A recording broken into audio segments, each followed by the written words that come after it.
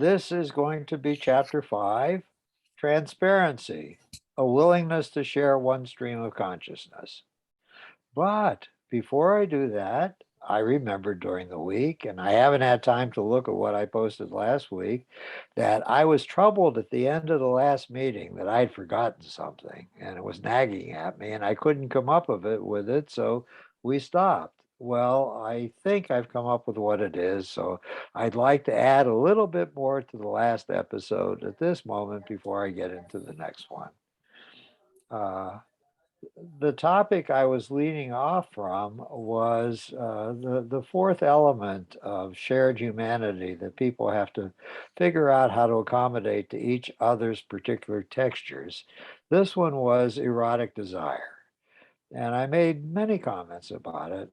And I think I may even have started, but I'm not sure, with a kind of sadness I carry about what goes on in most cultures. It's as if we're emerging from some kind of primordial past, but only very slowly.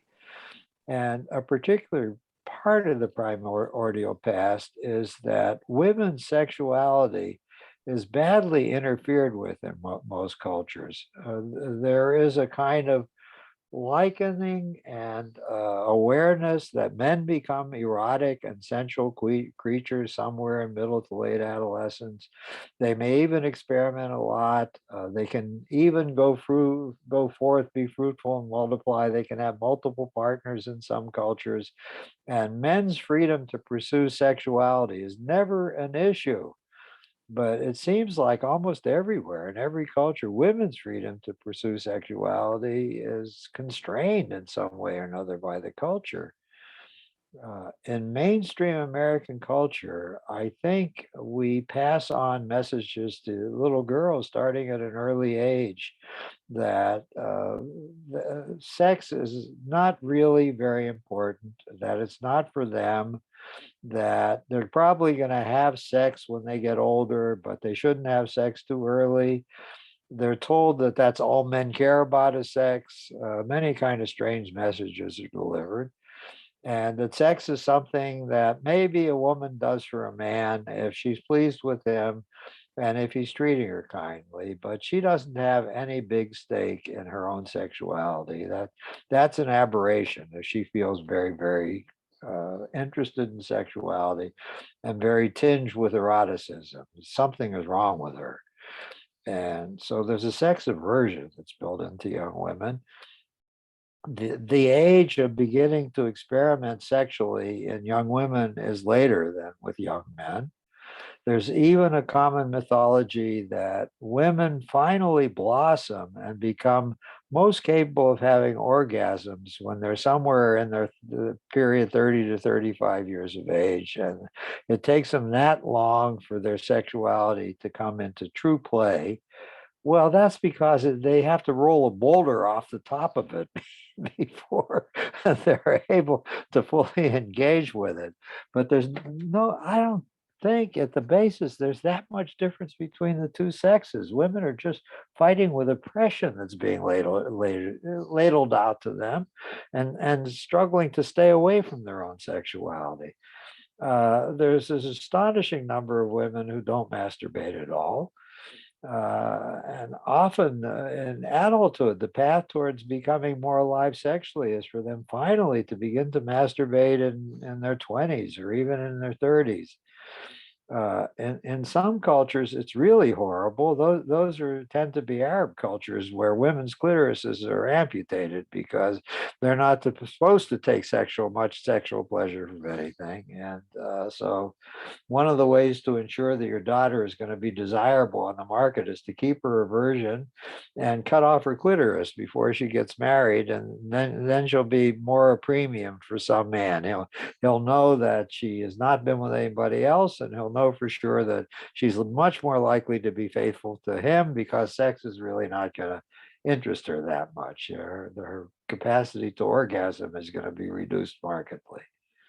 That's really a horrible thing. Uh, Well, we struggle with that in a related way when we argue about whether women should be allowed freely to have abortions whenever they want. Men want to impose strictures on that too. These things may really make me sad. All right, I think I will let that one go. And it's a reasonable lead into transparency because transparency is necessary to create what I call intimacy. Intimacy is really wonderful. It feels like to feel fully connected to and fully attuned to and fully aware of one's partner. And there is intimacy of two kinds, and I think in a well-functioning relationship, both of them are present. One is a social intimacy, and that means my stream of consciousness, whatever I'm thinking, my thoughts, my fears, my dreams, my night dreams, my worries, my annoyances, my angers, my disappointments, whatever it is that I'm struggling with, whatever preoccupies me, is accessible to my partner. As a matter of fact, I would like to share as much of that as possible with my partner because my partner is intrinsically interested in being the recipient of all those things. She or he does not find them annoying, is not rejecting towards them. And if I want to stop at a moment and say, you'll never know what I'm worried about today, I could certainly go ahead and say what I'm worried about today. Or if I need to say, I was disappointed in you last week, something happened and I'm just getting around to telling you, I can do that. Doesn't matter what the content is. I feel safe being able to talk about anything. And safety is not arrived at easily. In the beginning, we have lots of secrets. Well, the start of courtship, we don't know the other very well at all. We may have seen a few things posted about them on a dating site, or they may tell us a few things about themselves on a first date, what kind of novels they like reading, what they like doing for summer vacation, what are the activities that are pleasantness for them. There are lots of things we may hear on the early interactions we have, but my goodness, I think all of us are pretty infinite. I am still discovering things that my wife has never talked to me about, and I've known her for 50 years now, and we've had endless hours of conversation with each other. Something new and novel still shows up once in a while. So the process to keep intimacy open is really a very challenging one, and it's labor intensive. It really means revealing the self to the other. Now, we are like onions, all of us. We have layers. We have some distant acquaintances that we show only the very outside layers of the onion to. We don't seek them out if we're in serious trouble. They're not the right people for us to do that with. And moving in for there, you can measure somehow the saliency and importance of an other in our lives by how deep into the keeping of privacy we're allowing them to visit. And do we even let them get to the top of the mountain? The bad mixed metaphor. Do we even let them get to the center of the onion itself? Have they seen all the layers? And we have no privacy and no secrets in them. I think it's important to do that with one's mate if one is trying to create a mate. And it's probably useful to have one or two good friends that we feel comfortable doing that with too, because we are a heavy load, every one of us. We need to access to human kindness at various times. And sometimes our mate is just not available. Our mate's not in the mood. Our mate is preoccupied with some other things that are very heavy and weighty for our mate. So it's nice to have some backups. It's nice to have a good friend if we can't get enough attention at a given moment in time when we really need it and our partner just isn't available to us. It's nice to have somewhere else to turn.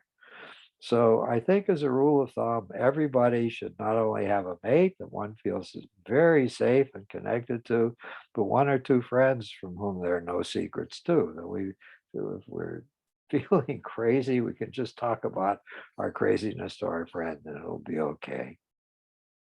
Uh, I don't know if there is a good embrace of what I'm talking about in the out there in the public.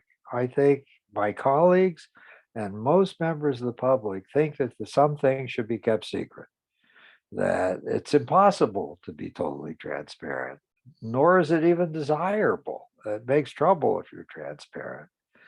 And my comment back is, yeah, it makes temporary trouble. We can hurt each other with some of the things we're describing to each other. We can disappoint each other.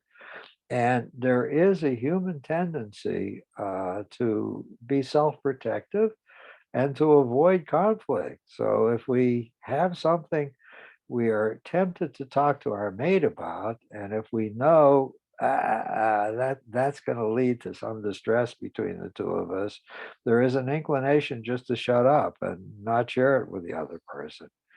But I'm convinced over time that that's not a good solution. We are avoiding being real, and it has two consequences. One consequence is, as these moments continue to pile up in our lives, that there's more and more of us that's in shadows, more and more instances of behaviors that have taken place that we're troubled about in our partner, and we're not processing them, and we're not doing anything about them. We're avoiding the pain, hurt, and turmoil we would have to go through to address them. So what happens over time is it's impossible really to relax into feeling loved. We are aware as we accumulate secrets that our partner is not hearing the fullness of things. A worry starts. I'm not telling her him this because I know what kind of fight we might have, or I know how hurt she or he is going to be. So I'm keeping it to myself. And gradually we reach a place where we can't know for sure whether they love us. If they knew all the secrets, if we poured them out, what would happen?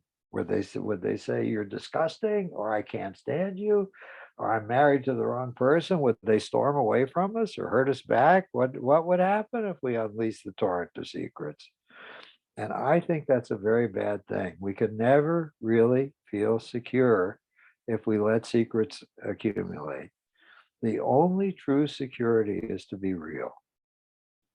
Now I will stipulate, oh, wait, there's a second thing that happens. Since we're not processing sometimes things that are hurtful or things that are distressing, there's always a residue of bitterness about what the event was that stirred our willingness to start putting our own reactions aside and keep it a secret.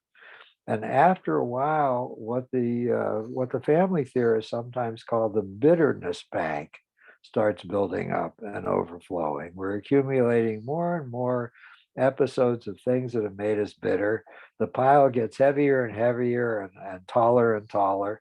And that can kill a marriage. That is marriage killing over time. If the bitterness bank capacity for storage gets exceeded. Uh, that can result in just a strange phenomenon I have felt myself in my first marriage, and I've heard tales of in the consulting room.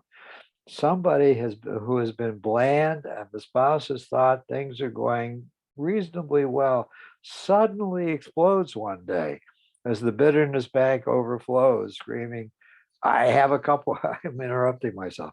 I have a couple, I just had a first visit today where that's going on. They've been married for 49 years. And finally, he's telling her he hasn't been able to stand her for the last 10 years and he's leaving. And she's had no sense that anything's been wrong whatsoever. And he's drowning in his bitterness and in unresolved things that have never been properly addressed between the two of them. So those are my two good reasons for wanting to strive for perfect transparency. It's hard to do. Erickson, the developmental psychoanalyst, tells us that the first stage of life is trust versus mistrust. So our early experiences with being welcomed as a fellow human being by our parents can can mark us very deeply about where we're going to be with people in the future. If they're reasonably responsive to us, if they keep us comfortable, if they provide for us what we need when we need it, so we don't go hungry. If we're sick, we get medical attention and get out of pain as soon as possible. If we're beginning to experience separation anxiety, if we get picked up and cuddled, if they meet our needs for support, then the world seems much more trustworthy and human interactions seem much more trustworthy. But if they failed us, left us alone too much, been too harsh with us, demanded too much, scolded us too often, literally hurt us or tortured us in some way, our capacity to want to be known is badly interfered with for the rest of our lives. It's very hard to overcome that. The simple presence of other human beings feels dangerous because we're too aware of all the disappointments and hurts that could happen to us. So are being impelled to seek intimacy, social intimacy, and let our stream of consciousness be known is not very accessible. Those people have trouble building close relationships. They might build a marriage where the only serious, they're really like roommates. The only serious topics is, did you remember to close the door? Or please pass the salt? Or are we having the so-and-sos over for bridge next Friday night? There's lots of trivial conversation that goes on between the two of them. But both of them are terribly lonely because their inner core is never being exhibited to anybody.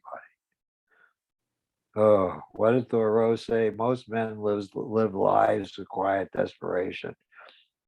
Some of that quiet desperation he referred to as being trapped in occupations or in lifestyles in order to survive that are really very oppressive. But some of the rest of that trap that I like focusing on is there is a core loneliness going on because they are reasonably unknown by anybody. They won't run the risk to receive really healing human warmth from anybody because the dangers are too great. Now, I want to add now the second part, because of course, real intimacy consists not only of putting our streams of consciousness together, but putting our bodies together. We need to learn about sexual intimacy and the importance of having erotic transport and some erotic goodness in our lives. I mentioned as an essential life force. Well, it just doesn't come. We have to create erotic intimacy in the same way that social intimacy is created. Each of us is kinked up in some way. I'll use that wonderful word. Each of us has sexual preferences of one sort or another. There are some people who need silence if they're going to surrender to their arousal as they try to couple with their partner. There's some people that need to hear loving words intermittently while they're going through that. That they need that in order to surrender to their own arousal. Some people need dirty words. They need wildly crude erotic words to be said to them in order to surrender to their arousal. And they're the unfortunate souls who need to be treated with contempt. They need to be talked to contemptuously in order to surrender to their arousal. Uh, That's quite a challenge, by the way. That one breaks my heart too. That's a terrible thing to have to go through in order to have a satisfying sensual experience. But we need to learn about what each other's preferences are. We need to talk about them. We need to explore with them. We need to see how to conform them each to the other. May need to take turns. In some episodes of sexuality, I get to lead. I get to have you be a partner very focused on what I'm needing in this encounter. And then tomorrow night, I'll do the same for you. because there isn't a great deal of overlap between the two narratives of what's needed in order to reach lovely connectedness centrally. The myth has to be overcome too. It is not the test of whether we're having a lovely sexual life, whether both people have vaginal orgasm and penile orgasm at the same moment while the penis is inside the vagina. That is a rare event. And actually, women's genitalia and arousal centers are not well constructed, that's a big turn on for them to have a penis shoved into them. There are other forms of tactile surrender that they're much more willing to engage in, that are much more arousing for them. And that's a matter of personal taste and has to be explored in action and has to be explored in conversation too. Ah. Suddenly I'm groaning again and feeling sad because I cannot tell you how many couples never talk about these things. Uh, so I think I'm going to amend what I said before. True intimacy is at three levels. There is social intimacy based on sharing a stream of consciousness. There's physical intimacy based on trying to get each other's preferences sensually to be responded to, so that both parties are feeling listened to, heard, and have a willing partner who joins them in the things that are the most arousing for them. And then there is a third level of intimacy. It's the overlap between the two, where one of the important streams of consciousness that gets talked about is one's needs, yearnings, and experiencing of the sexual experience itself. That's what the conversation is about. But that's part of one stream of consciousness. It's the overlap between the two domains. Uh, Jesus, I'm in a profound sadness today. Everything I'm talking about makes me sad because it's so rare and people don't have a lot of courage and people don't take charge of their lives properly and they don't make available what is potentially possible to them. Now, let me talk about the dangers of intimacy and managing it. The people who shrink back and don't want to talk about something because they're worried it's going to make turbulence are probably correct. It's likely to make turbulence. So, I think I'll use the couple I saw today as an example. It's an example of what can be learned is it's not necessary to talk about what the issue is at the very moment it's taking place, because the partner may not be in as receptive a state of being as they could be at some other time.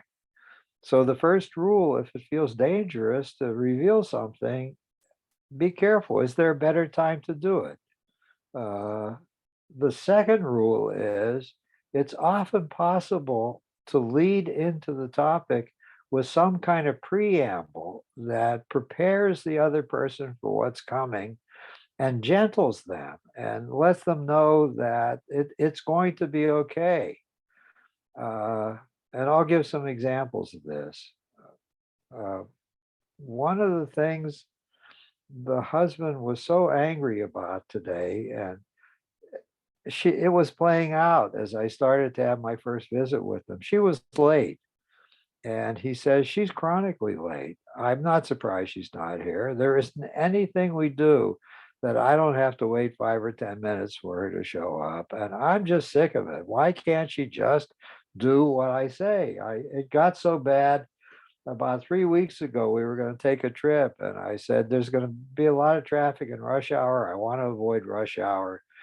Please, could we leave? And I mentioned a time, I think it was 3:15. I don't want to leave any earlier than 3:15 because I don't want to have to fight the traffic to get out of the city. And I threatened her if she didn't show up at 3:15, I was going to go without her. and she could just take a plane or join me there in whatever way she could get there. I was fed up. I had had it. His bitterness bank was beginning to overflow. It was only some days after that that he told her he was leaving her. And what did she do? She showed up at 3:35, he said. And I didn't have the courage to just drive away at 3:15. I just sulked. And that was the last straw. And she's doing it again today. And I said, I have some thoughts about her lateness. Are you the only one she's late with? No, she's late everywhere. She's a physician. She's a dermatologist. Her nurse knows that she's not going to be on time for her appointments with her patients. She knows that if she's supposed to be doing some work with the doctor won't be there at the time she's told the nurse she will. It's just characterological with her. No matter what the commitment is that she's supposed to be making, she's late. Uh, then she came in and she was about 7 minutes late to the session. And I did a recapitulation. Her husband had made an opening remark to me, and it was about something that feels like a chronic problem to him, that she seems to be tardy wherever she goes. And he is very punctual. It's very important to him to be punctual or even early. And that's a disconnect between the two of them, and she was exhibiting it by coming late. She said there are other men that would be a kind of charming foible of yours. They wouldn't care at all. It wouldn't matter to them. You would be adorable even in your lateness, but he doesn't happen to be that person. So how about you? Do you have an opening remark about something that's really troublesome for you? And then she said, he gets so angry about everything. He can't just say, oh my God, are you late again? Please don't be late. He just said, you're late again, in a shouting tone of voice when I'm late. And we have a problem. We have a little dog that we both love, and he keeps accusing me of not caring for the dog. What is it that I don't care for? Well, the dog is very small, and we let the dog out sometimes, and we forget to monitor what the dog is doing or to bring the dog back in. I'm guilty of that sometimes. And there is a gap between our garage and the fence to the neighbor's house, and the dog will go out and get off the property. And then we don't know where she's gone for sure, or how to find her. And that house is vacant. So God knows what's going on in that yard, or whether there's access to the street from it or not. So I'm supposed to contain a large container, a bucket of water in front of the gap. So she can't climb. She's very tiny. She can't climb up on that, and it wouldn't be inviting. And she can't get out of that gap. And I have forgotten on occasion to move the bucket of water over there. And he just acts like I've murdered his dog when the dog is quite safe. I've remembered, I've gone out and said, oh, I forgot. And I found the dog and brought her home. She's never really been in danger, but I can't stand the way he talks to me. I said, well, thank both of you. And I started talking about what I'm presenting now, about the issue of timing, and about trying to use a preamble. I as soon as he told the story about the water, he came back with, and she's always giving me excuses. As soon as I tell her about the dog got out again, she starts giving me reasons why that happened, how preoccupied she was with something else, or that the phone was ringing. She always has a reason why I shouldn't hold her accountable and why I shouldn't be angry at her. And I said, nope, that's not what she's doing. And I took over. I said, let me introduce you to your wife. She's late all the time, and you cannot bring up something that she seems to have failed you at and be angry about it without her giving you some song and dance from your perspective about why it happened, and not taking full responsibility. She told me something, I forget, left this out. She told me something when she first came in about herself that I was paying attention to. She is the youngest of 5 children. And I said, uh, I have some thoughts about what they did to her. I had a feeling that her parents were a little bit burned out by the time she came, that they were older already. They had four others to be worried about. They may have delegated a lot of the responsibility for supervising her to her older siblings. And I think they didn't give her very much time or attention so that she didn't feel like she mattered sufficiently. So the second thing about her I think about from what you're describing is that she does not want to be controlled. And her lateness is the way of saying, you are not going to set my agenda and you're not going to control me. I will make sure to let you know that whatever it is you want from me, I'm going to do it slightly differently or a different way because it bothers me to be controlled. I need to be in charge of my own destiny. And she was shaking her head yes while I was saying that. That felt very real for her. And I turned back to him and I said, we all have our own textures and contours, and some of them can be very disappointing to our partner. We have to have goodwill towards them and be willing to work with them and not just be angry over and over again about what the limitations or deficiencies are of our partner. Here's what I wish you had said to her. I get really very worried about the dog when I find out that you haven't taken proper precautions. I get frightened. I'm sorry, I get panicked a little. I have terrible images that the dog may have gone away permanently or the dog is going to get killed. I need you to protect me. Could you become my protector better than you are? Could you try and pay better attention to what happens with that thing? I know we're going to get a handyman out and eventually we're going to put mesh in there, but we're going to have to wait a while. So while we're waiting, it would be a real kindness to me if you would try to remember better. And she said, would you just talk to me that way? I like what Dr. Kovacs is saying. If you would talk to me that way, she chimed in on what I was about to say. She is not giving you an excuse and she is not unwilling to take responsibility. She feels guilty and ashamed that she's upset you. So she's trying to talk you out of being upset with her. She's trying to give you, she's groping desperately for some reason to give you so you'll stop being angry and upset with her because she got too much anger and upset when she was a kid. And I asked her, did that feel right for her? And she said, yes, it did. And I said, for her sake, part of your preamble should be, maybe that should be the first sentence. I'm not really that angry with you now. I've gotten over it. I'll try not to be angry. I'm really frightened.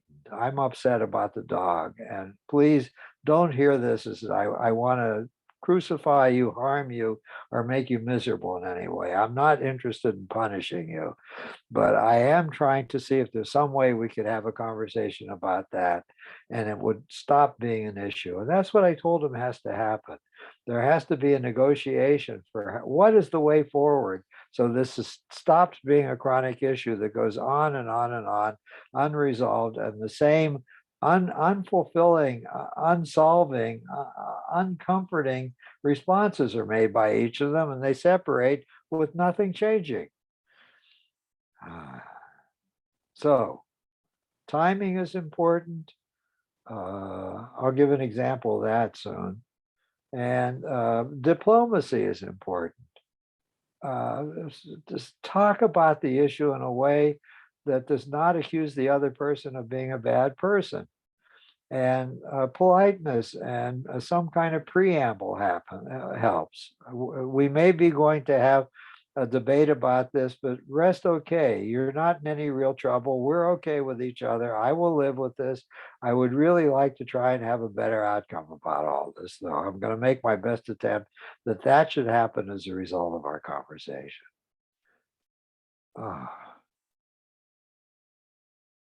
As I say to my wife, I've repeated this several times in my lectures, she is my second full-time job. If you want to have a good partnership with somebody, then it requires lots of planning, lots of attempts to be accommodating, and lots of ways to put in minutes and hours talking so that something good is arrived at. Here's another example. I feel proud of my own behavior and it came to a good place. This is a personal example.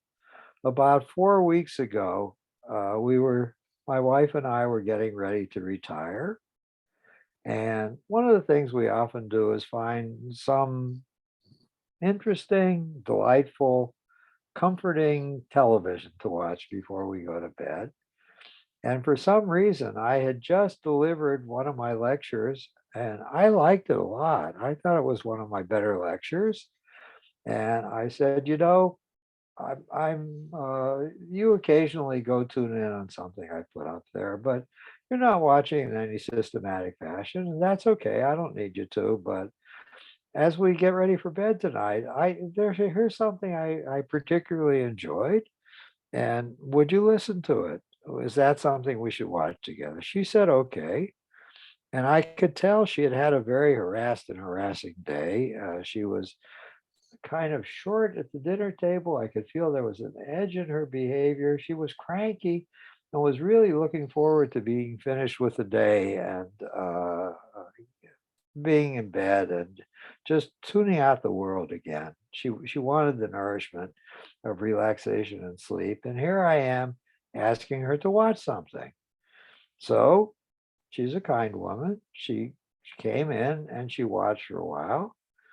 And I said, "Well, that's enough. You've seen a section of it. Now you have a feeling for why I was pleased with it." And she said she made a comment about what I was wearing that day, and she made a comment about how she wished I had brought up X instead of Y in one of the illustrations that I was giving to make my point. So I heard two criticisms of what was there before she left to finish getting ready for bed. And I was hurt. I had such a yearning to be affirmed. It's a cancerous yearning in me. And I was showing her something, mommy, mommy, look at this, look how proud I am of this. And she didn't act like she was proud of it at all. She acted like she was going to help me by pointing out two things that were disappointing about it so that I wouldn't make those mistakes in the future. And that felt terrible. So I had trouble falling asleep. I felt really terribly wounded. And I knew we were going to have a conversation about this. I didn't try when she was ready for bed to start the conversation. I knew that that would be disaster. We would only wind up being more and more disappointed and annoyed with each other, and that I better wait for a different time. So the following day, we were on a walk together, and I started having a conversation about the topic. What I said to her was, I have an apology to give you. And she said, what are you apologizing for? I said, I had trouble sleeping last night because I had showed you some of my YouTube presentation and you told me two things that were wrong with it. One of them was the way I was dressed, and the second one was that I needed a different kind of example for what I had been talking about. Oh, wonderful. The phone is ringing. Oh, I'll let it go to voicemail. Uh, and I said, I was deeply troubled. So what I want to apologize to you is I present you with a chronic problem. It's very painful for me ever to listen to anything coming from you that isn't praise or appreciation. If you make some innocuous suggestion to me that you think might be helpful to me, that can annoy me. I can cringe for a second. If you tell me there's a better way to do something I'm doing, I get annoyed. I've learned that I'm crazy and that I don't have to inflict any of that on you, but I want you to know I apologize because it really did get to me last night.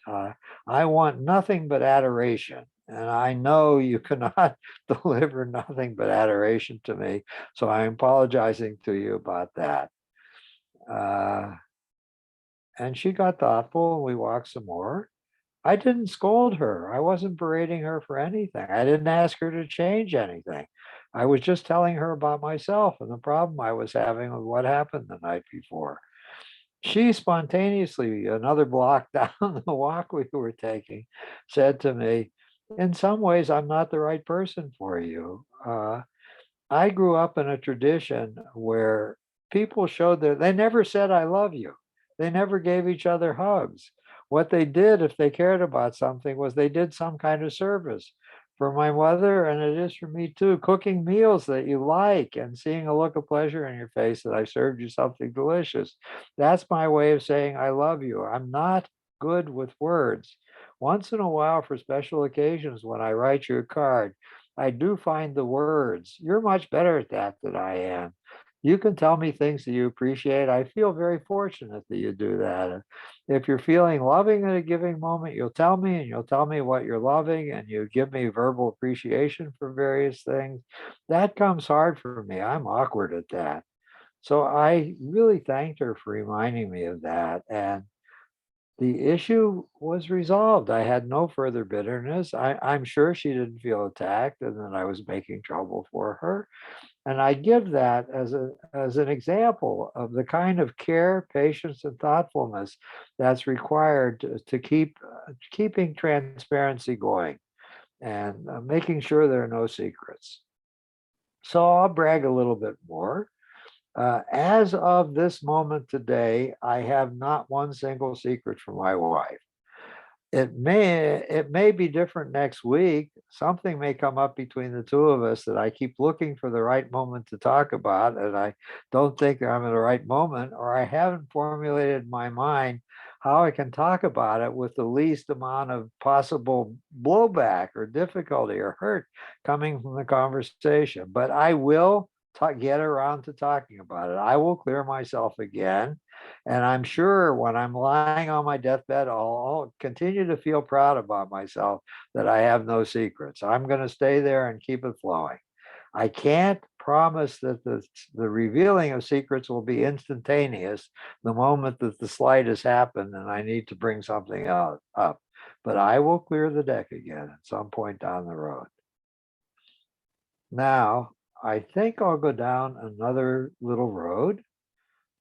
This whole issue becomes very critical if somebody comes for care and there's been the discovery of a secret love affair. And person A, who has been the one at home thinking that the husband or wife was faithful, that person is suffering from what feels like usually a horrible betrayal. And what's the betrayal about? There has been a very significant secret, a very powerful secret. And what's even worse, probably, things that are on the spouse's mind have been shared with the affair partner. Probably criticisms of the spouse have been shared with the care partner, and other things have been shared with the affair partner, but have not been shared with the spouse. So the spouse is really quite broken about that. At least most spouses are. There's a high divorce rate in the population of people who find out that somebody has been unfaithful. And as I talk about the particular needs of the broken relationship that eventuates from the sudden discovery of an affair that's been kept secret, I might just mention that there are ways that we couple. There are a huge variety of ways. It's not always in faithful marriage to a lifelong partner. As a matter of fact, very few people are going to have a faithful marriage to a lifelong partner. So the human race is inventive, and we have certainly tried other variations of that. I have a daughter who will probably never marry. She likes being serially monogamous. She will be with somebody for some period of time.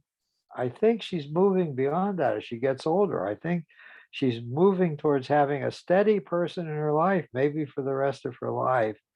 But she's never going to marry him, and he's not going to live with her, and he's not going to be fully her partner.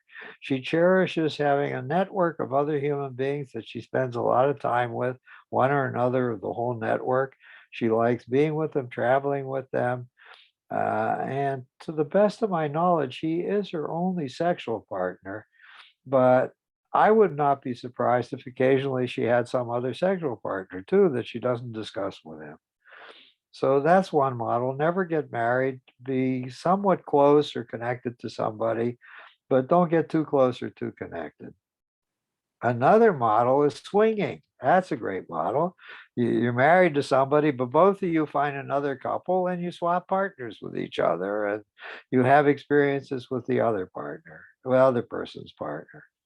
Uh, Another one is to have a ménage à trois, to have a marriage, but there's some third person who lives with you who comes frequently, and you have threesomes with that person. Another one is to have love affairs. My marriage is unfulfilling. I have many secrets already.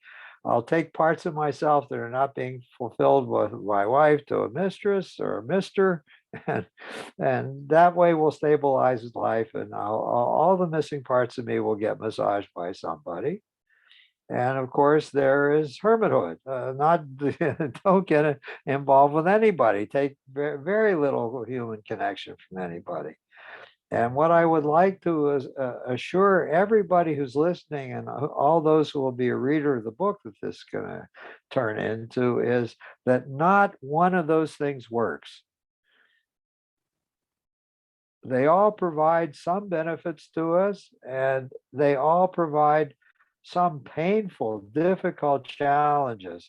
And every one of them probably is going to split apart in some point. Even marriages end. And there is no permanent fix in some good way that is not risky and doesn't require a lot of work and a lot of pain. That's like chasing after a unicorn. I've worked with several partners who swap spouses. The usual script is one of them doesn't really want to be doing it, but they're dependently attached to the other, and they're frightened that the other will leave them if they don't pretend to participate with some joy in the enterprise. But they're putting on an act. They would far prefer to have a traditional marriage. Oh, God Almighty. As a final comment I want to make before I stop for today, every couple works out something or has to work out something as they move towards great intimacy with each other. How comfortable are they with the story of their struggles? Because everybody has stories about pain, struggles, and marriages. How comfortable are they allowing anyone outside of the marriage to hear stories of the pain, struggle they're having with each other? Some couples don't care if the maid has a good friend. They feel very comfortable with a good friend, and if the mate of theirs needs a consultation with or needs to vent something about them to the dear friend, it's okay as long as that's not kept a secret. They feel close enough and well enough cared about and respected by the good friend, so the good friend can be a carrier of everybody's stream of consciousness. And most marriages, though, things that go on between the couple, one or both of them prefer remain private and remain not be discussed with any outsider. That's one of the rules that creates a kind of safety to engage in full disclosure, that it won't be shared with anybody else. Oh, and if you have children, I assure you, lots of it should not be shared with the children. Your children should not be your companions and listening to every detail of your stream of consciousness. It would be overwhelming and very frightening to them. Wow. All right. I think I will stop there and I will turn the floor over to my companions.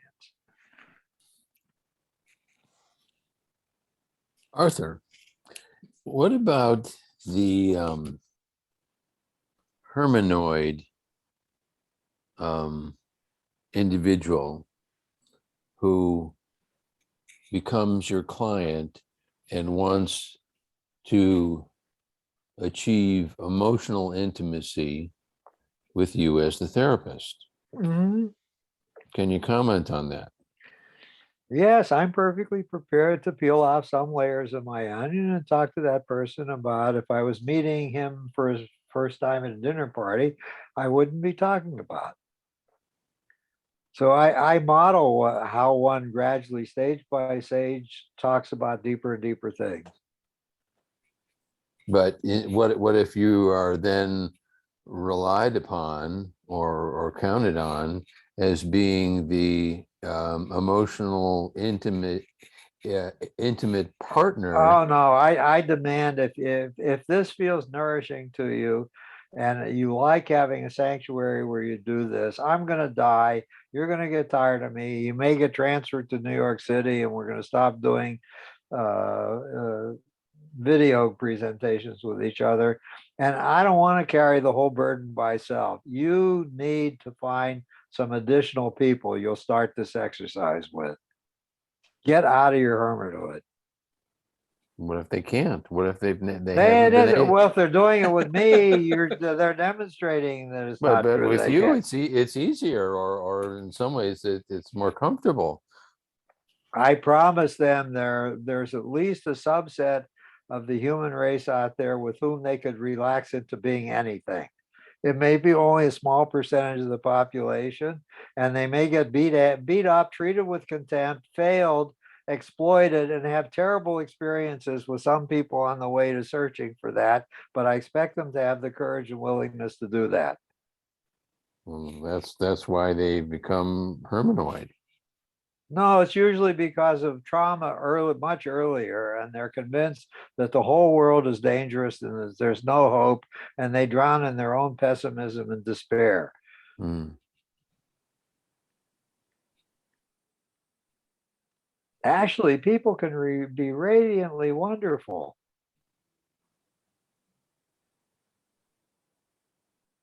I think of what the Ukrainian citizens are doing for each other right now. Mm. They're risking starving to death themselves to share their food with other people.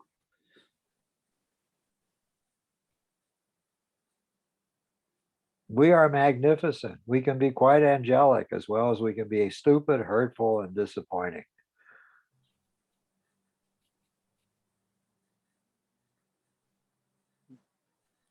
I was listening to an interview with a 20-year divorce attorney. He has a new book out, I guess, and he was talking about something very similar to your idea of pouring everything back into the relationship. Yeah, And good. he really talked about that. And he said that what he tells people to do is to have a just send it email system. You know, like when you're about to send an email and you're not sure if you should, but once you hit the send button, it's gone. And Yes. it's been sent. Well, he says, you know, even tag the note as saying just send it. And between the spouses, anytime something kind of comes up, and it'll have that little note on it so the person can decide when they want to read it. Like if a little hurt happened or a little thing that was, you know, not quite right or something that needs to be talked about, that they can just kind of like send that quick email, document what needs to kind of be talked about at some point, and keep the relationship alive that way. Oh, that's so nice. I'm glad to hear I Yeah. have a divorce attorney somewhere out there in the Mm-hmm. wilderness that has similar views to mine. That feels And he, very comforting. and he said I something else. He said something else that was really fantastic. He said getting married is like buying a lottery ticket. He said, you're probably going to lose, but if you win, it's a really amazing thing. And he said, it's worth buying the ticket. It's worth, he goes, because he said the current stats in the United States are 53% divorce rate right now. And Yeah. that's just the ones that divorce, not the ones that, and then there's another Oh, large there's percentage that about stay 20, together and 20, aren't happy. 25% of people on top of that are Yeah, miserable. exactly. You know, he describes it as somewhat of a failing technology, and how many people opt into it without really knowing what they're getting into. I don't like the lottery ticket metaphor because if you buy a lottery ticket, there's no work that needs to be done. Mm-hmm. Yeah. You aren't just suddenly going to be awarded a huge sum of money if you get married, or a great joyousness just because you got married and you were lucky you had the right person. No, it's Yeah. ongoing work. Yeah, work is not luck. No, work is not luck. He did say that too. He was definitely a proponent of continuous and essentially constant work. Yes.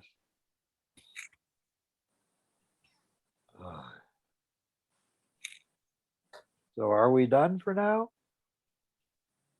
Think so. for now. Okay, I will Until be next back time. with, I'll be back with chapter 6 next Friday. Okay, All right. Bye. have a good weekend. I will. All Yeah. right, See you okay, guys. bye now. Bye.